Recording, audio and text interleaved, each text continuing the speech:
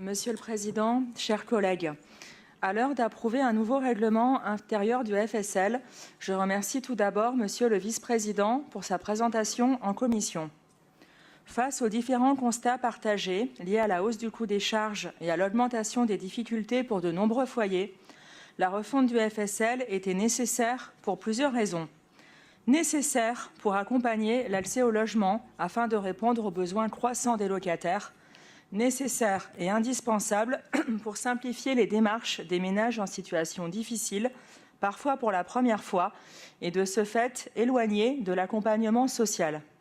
En cela, la possibilité d'une saisine directe pour les dépenses d'eau et d'énergie dénote une avancée notable.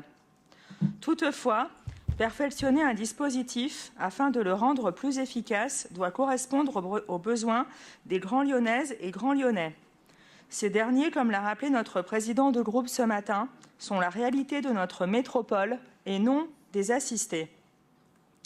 Cette volonté nous conduit à différentes suggestions et remarques, à la fois concrètes et plus globales.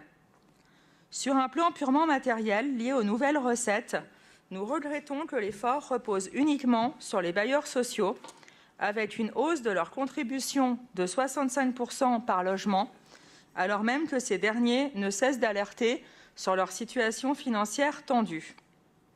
Ce choix interpelle d'autant plus qu'une des vocations de ce FSL refondu est d'être plus tourné vers les locataires du parc privé. En cela, nous pouvons nous demander si la FNAIM et l'UNIS, par ailleurs déjà partenaires de l'Agence départementale et métropolitaine d'information sur le logement, n'auraient pu être sollicités. En effet, et sans être trop idéaliste, il semble qu'un meilleur soutien des locataires du parc privé en difficulté aille également dans le sens d'une sécurisation des revenus des bailleurs privés. De même, étant donné que les charges énergétiques sont visées par l'évolution du dispositif, quid de la contribution des énergéticiens?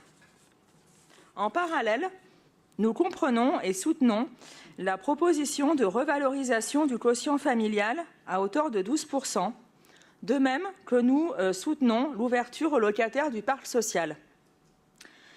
Si nous souhaitons que le FSL soit efficient et à la hauteur des ambitions évoquées, de telles évolutions ne sont pas excessives dans le contexte d'inflation qui a été rappelé.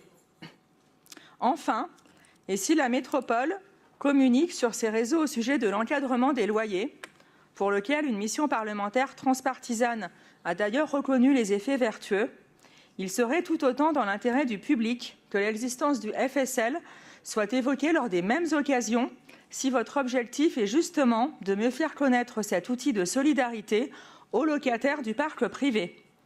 En conclusion, nous nous prononcerons pour cette refonte du FSL, mais également pour certains des amendements proposés, comme vous l'avez compris. Je vous remercie.